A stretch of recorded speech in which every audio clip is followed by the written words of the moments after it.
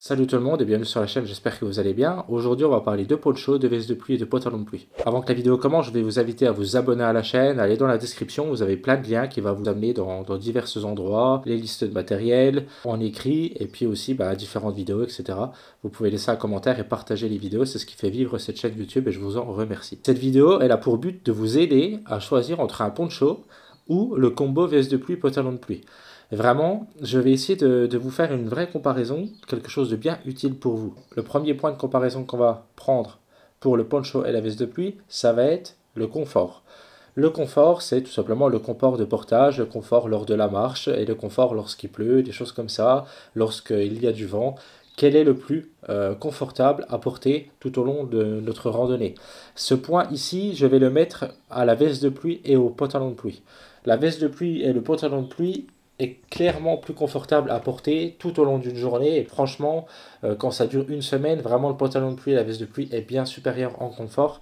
C'est quelque chose qui va vous suivre beaucoup plus facilement. C'est-à-dire que quand vous allez monter à un escalier, quand vous allez passer à un endroit un peu délicat, le pantalon de pluie, la veste de pluie ne va pas risquer de s'entremêler dans vos jambes, de vous faire tomber. Quand il va y avoir beaucoup de vent, l'eau ne s'engouffrera pas parce que vous serez bien emmitouflé dans votre protection de pluie. Pour moi, le confort va à la veste de pluie, au pantalon de pluie pour tous ces critères-là. Néanmoins, le poncho est pour moi supérieur en termes de respirabilité. La respirabilité, c'est vraiment quelque chose qu'il faut prendre en compte parce que si vous avez un vêtement de pluie qui est totalement étanche mais pas du tout respirant, en réalité ce qui va se passer c'est que vous allez tellement transpirer que vous allez vous mouiller par votre propre transpiration. Et ça c'est vraiment quelque chose qui arrive assez vite malheureusement quand vous êtes dans un fort dénivelé ou quelque chose comme ça. Si vous avez quelque chose de pas très ventilé ou de pas trop respirant, vous allez vite vous rendre compte en fait que vous êtes trempé, que votre première couche va être mouillée, que votre polaire, si vous êtes en polaire, va être mouillé.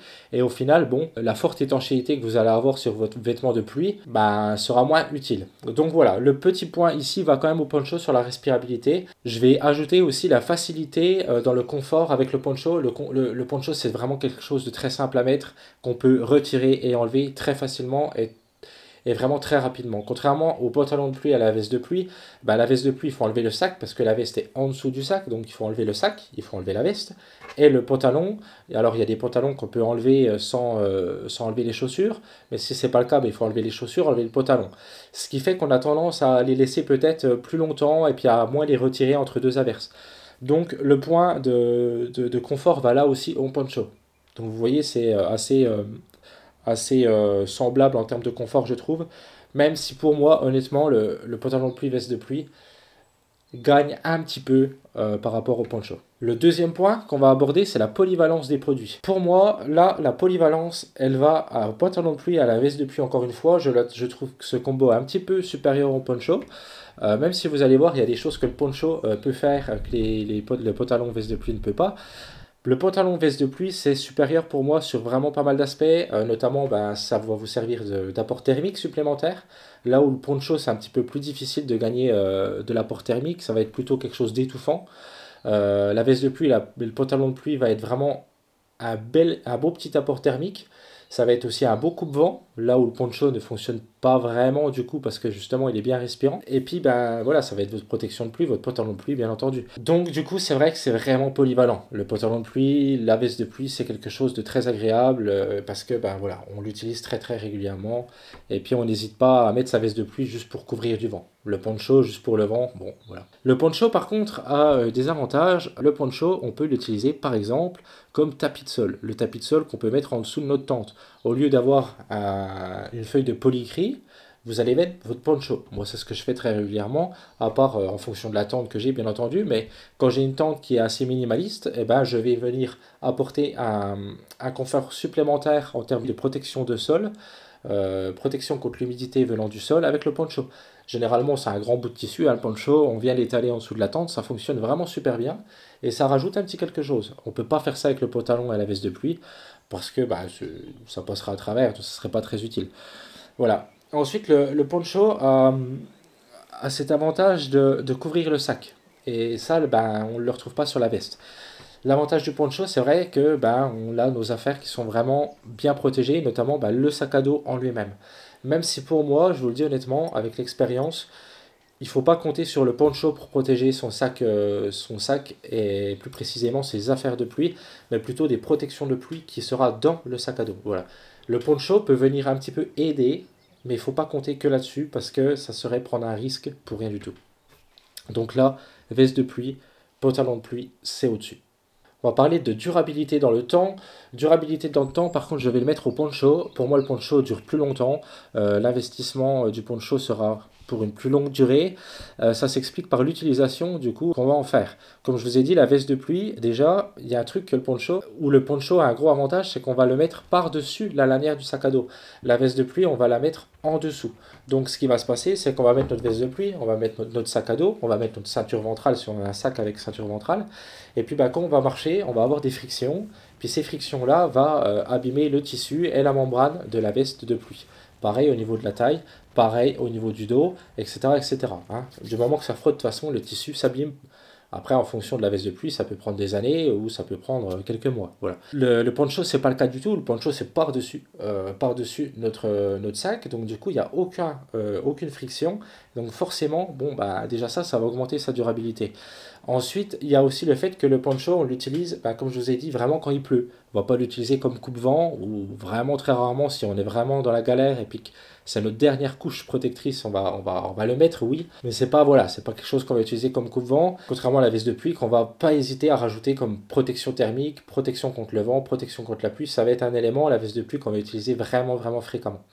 Donc durabilité au poncho, par le fait qu'il soit construit différemment de la veste de pluie, voilà, tout simplement.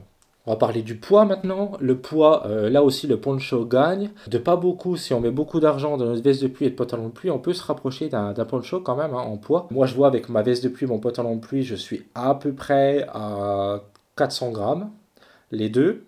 Et un poncho, on est à 300 grammes à peu près, voilà, en moyenne, bien sûr. Moi, j'ai un poncho qui fait 240 grammes, qui va jusqu'en bas des genoux, qui recouvre bien le sac. Donc voilà, 240 grammes, c'est quand même vraiment léger pour une bonne protection contre la pluie. Donc là, le poncho est pour moi supérieur à la veste de pluie et au pantalon de pluie en termes de poids, mais pas en termes de protection, on y vient après. Au niveau du prix, là aussi le poncho est pour moi imbattable parce que même si on achète le plus cher des ponchos, par exemple un poncho en DCF, donc par exemple Zipax font un poncho en DCF qui est je crois 200 € le poncho, quelque chose comme ça. Au final, même si on achète le poncho 200 €, une bonne veste de pluie c'est 250 balles quoi. Donc voilà, hein, on s'y retrouve largement à l'achat du poncho, même si on s'achète un très bon poncho, par exemple un poncho de chez C2 Summit, un bon poncho en style poly de chez C2 Summit qui est bien léger, qui est bien grand, qui fait même tarp, qui a la possibilité de faire tarp, tout ça. On est vraiment gagnant. Le poncho C2 Summit, il doit être aux alentours de 100 € à peu près. Voilà. À 100 €, vous n'avez pas une incroyable veste de pluie et vous n'avez pas du tout veste de pluie, pantalon de pluie, quoi. Ou alors des trucs vraiment, vraiment lourds, etc. Maintenant, le point, ça va être l'efficacité. Et c'est le plus important. L'efficacité, qu'est-ce qui est vraiment le plus protecteur contre la pluie, du coup? Est-ce que c'est veste de pluie, pantalon de pluie ou c'est le poncho? Au final, pour moi, ça va être le pantalon de pluie et la veste de pluie et de loin parce que l'avantage, c'est que peu importe l'intempérie que vous allez avoir, qu'il y ait de la grêle, qu'il y ait des orages, du fort vent, de la forte pluie, que la pluie elle vienne de droite, de gauche, en face de vous, derrière vous, vous allez être protégé de tous les côtés. Et ça, le poncho, franchement, il ne vous le donnera pas. Le poncho, pour moi, a une utilisation qui est par contre très très très agréable. Ça va être sur des sentiers, on va dire, faciles techniquement, à des saisons où la météo est quand même clémente et où, même si la météo devient problématique, est en réalité assez facile de gestion parce qu'il fait chaud, parce que c'est estival. Donc c'est-à-dire, en gros, pour moi, le poncho, je vais aller l'utiliser sur des GR30, sur des chemins de Compostelle, sur des GR70, sur des chemins comme ça qui sont vraiment accessibles, que ce soit techniquement, que ce soit aussi avec les gîtes, les refuges, on peut vite se protéger, il y a des villages, il y a des choses, ça veut dire que on n'a pas trop de risques sur ces chemins-là, il n'y a pas aussi des énormes risques avec la météo, donc ça veut dire que là, le poncho est pour moi vraiment efficace, et du coup pour moi, au-dessus de la veste de pluie, du pantalon de pluie, parce que ça coûte moins cher, c'est plus léger, c'est plus respirant, il Il va pas pleuvoir beaucoup si vous êtes en estival, donc le poncho suffira largement. En plus, bah, il va protéger vos affaires, votre sac à dos, etc.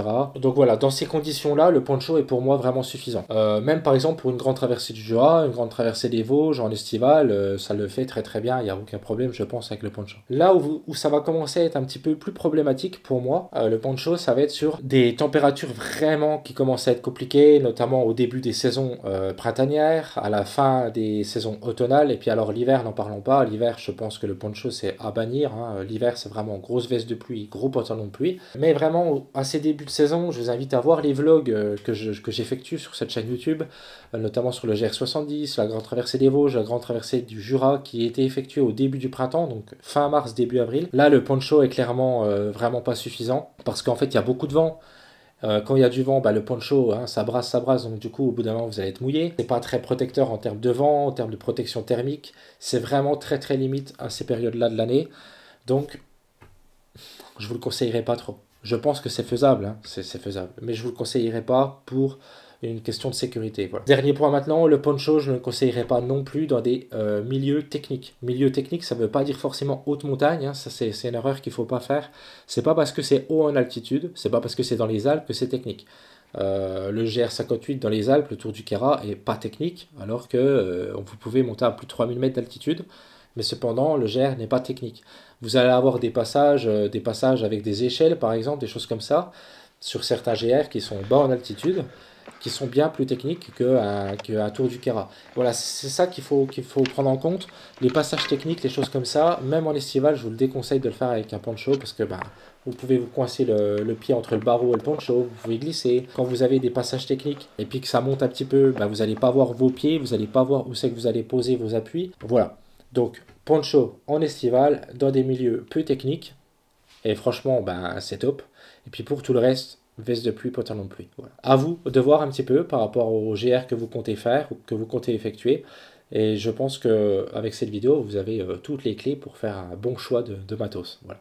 J'espère qu'elle vous a plu, j'espère que ça vous a aidé. Je vous dis à très bientôt sur la chaîne, dimanche normalement. Salut tout le monde.